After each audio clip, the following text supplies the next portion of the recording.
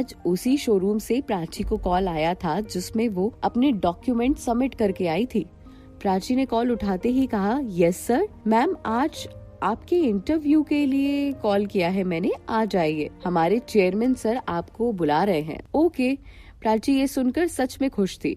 Showroom में काम करने का उसका कोई भी सपना नहीं था, ना ही कोई शौक था। वो तो सिर्फ विक्रम पाटीदार की सच्चाई खुलवाने के लिए ये सब कर रही थी। प्राची बकायदा तैयार होकर शोरूम गई। आज उसका परिचय शाइन्स ब्रांड के शोरूम के चेयरमैन से होने वाला था, इसीलिए उसका सुंदर और आकर्षित दिखना बहुत जरूरी था। इसके साथ उसने अपना कॉन्फिडेंट लेवल भी बहुत हाई रखा था कि अगर उसके पास किसी सवाल का जवाब ना भी हो तो भी वो मुस्कुरा कर सामने वाले को हरा सके। प्राची थोड़ी देर बाद शोरूम पहुंची। शोरूम पे कदम रखते ही रिसेप्शन पे बैठी लड़की प्राची को देखकर बोली, मैम आप आ गई, आप यहाँ से सीधा ऊपर चले जाइए, चेयरमैन सर आपका वेट कर रहे हैं। ये सुनकर प्राची आहिस्ता आहिस्ता चेयरमैन के केबिन की ओर बढ़ने लगी, पर पता नहीं क्यों उसके दिल में बहुत खलबली मच रही थी। उसे ऐसा क्यों लग रहा था कि जिससे वो मिलने वाली है वो शायद उसे पहले भी देख चुकी है, पहले से वो उसे जानती है। एक अलग सी बेचैनी उसके अंदर ही अंदर खाए जा रही थी। किससे मिलने वाली है? कौन है वो जिससे भी मिलने वाली है उसे ऐसा क्यों लग रहा है कि वो जाना पहचाना है। उसकी खुशबू भी प्राची को जानी पहचानी लग रही थी। उसे ये सारी बातें सता रही थी। उसने धीरे से चेयरमैन के केबिन का दरवाजा खोला। केबिन में चेयरमैन अपनी मूविंग चेयर पर उल्टा बैठा था। प्राची ने चुपचाप अंदर जाकर धीरे से कहा, सर। ये सुनकर चेयरमैन एकदम से पलटा तो उसको देखकर प्राची के हाथों से सारी फाइल्स नीचे गिर गई और उसकी आंखें खुली की खुली रह गई। उसे अपनी आंखों पर यकीन नहीं हो रहा था कि ये कैसे हो सकता है। जो सामने था वो कहीं सपना था या सच। पर ना चाहते हुए प्राची को इस बात पर भरोसा करना ही था कि उसके सामने जो इंसान बैठा है वो उसी का दोस्त आरव है। प्राची के बचपन का दोस्त आरव। दोनों कितना साथ खेला करते थे, साथ में खेलना बैठना, एक ही कॉलोनी में रहना। मधु, आरव और प्राची फरीदाबाद में बहुत करीब रहे हैं, पर फिर आरव के पापा के ट्रांसफर होने की वजह से वो दूसरी सिटी चले गए थे। उसके बाद से प्राची आज पहली बार आरव को देख रही थी। प्राची ने पहली नजर में उसे पहचान लिया था। हालांकि उसे देखे हुए पूरे 6 साल हो गए थे और आज उसका यूं मिलना शायद प्राची के लिए बहुत शॉकिंग था। आरव ने भी प्राची को पहचान लिया था। वो बस प्राची को देखे जा रहा था। इतने में प्राची अपनी सारी फाइल्स उठाने के लिए नीचे झुकी तो आरव बोला, प्राची तुम यहाँ? प्राची ने उस टाइम अपने दोनों कंधों को ऊपर उठाकर बस इतना ही कहा, सही समझा। जी sir. Come on Prachi, don't call me sir. हम दोनों बचपन के दोस्त हैं और अगर तुम ऐसे मुझे सर कहकर पुकारोगी तो मुझे पक्का बिल्कुल अच्छा नहीं लगेगा। और तुम खड़ी क्यों हो?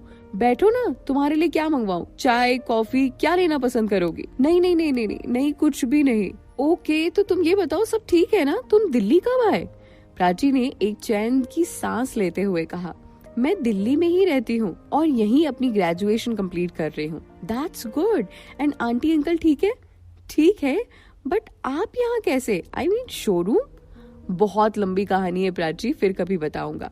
वैसे इस कंपनी के चेयरमैन मैं नहीं, मेरे पापा हैं, पर अभी पापा की तबीयत खराब है, इसीलिए उनका सारा काम मैं हैंडल कर रहा हूँ और इस वजह से मैं आज उनकी जगह आया। बट मुझे नहीं पता था कि आज मैं जिसका इंटरव्यू लेने वाला हूँ वो मेरी बचपन की दोस्त प्राची निकलेगी। प्राची ने सुनकर कुछ ना कहना ही ज्यादा सही समझा और एक हल्की सी नशीली मुस्कान अपने चेहरे पर बिखेरते हुए आरव के हाथ में फाइल दे दी। आरव फाइल लेकर बोला, अब आपको इंटरव्यू की क्या जरूरत है? हम तो आपको काफी पहले से जानते हैं, आप पढ़ाई में भी काफी अच्छी हैं और हमें पता है आप हर काम में निपुण हैं।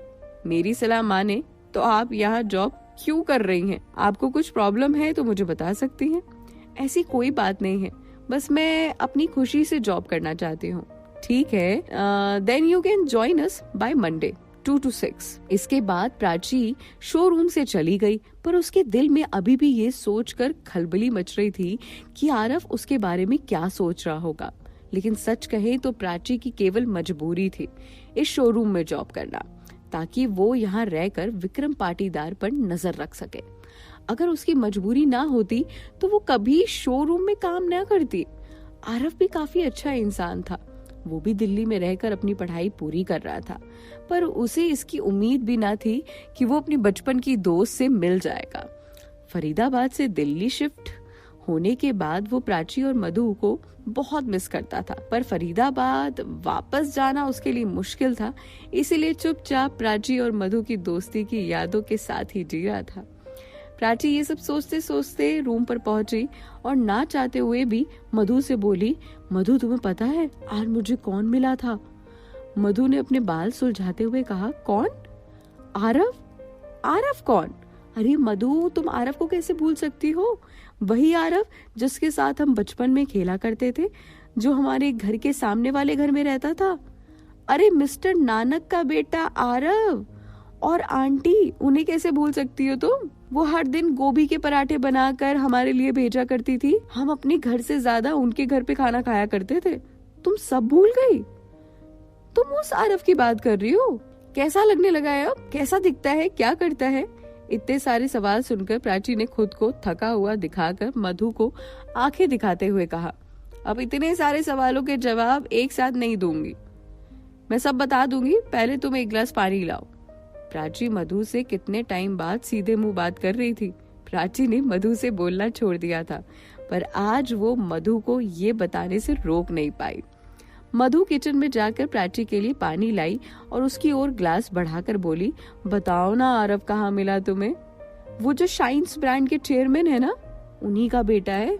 मतलब वो चेयरमैन और कोई नहीं मिस्टर नानक है? वो अभी बीमार है, इसलिए उनका बेटा आरव उनके सारे काम हैंडल कर रहा है। तुम वहां क्यों गई थी? पार्ट टाइम जॉब ज्वाइन कर रही हूँ मैं वहाँ। ये सुनकर मधु ने अजीब सा रिएक्शन देते हुए कहा, जॉब? वो भी शोरूम में? अरे एक साथ कितने काम कर रही हो? शीला का केस भी लड़ रही हो, इंटर्नशिप के लिए अमन के ऑफिस भी जाती हो, कॉलेज के सारे काम हैंडल करती हो और इसके अलावा अब शोरूम में पार्ट टाइम जॉब।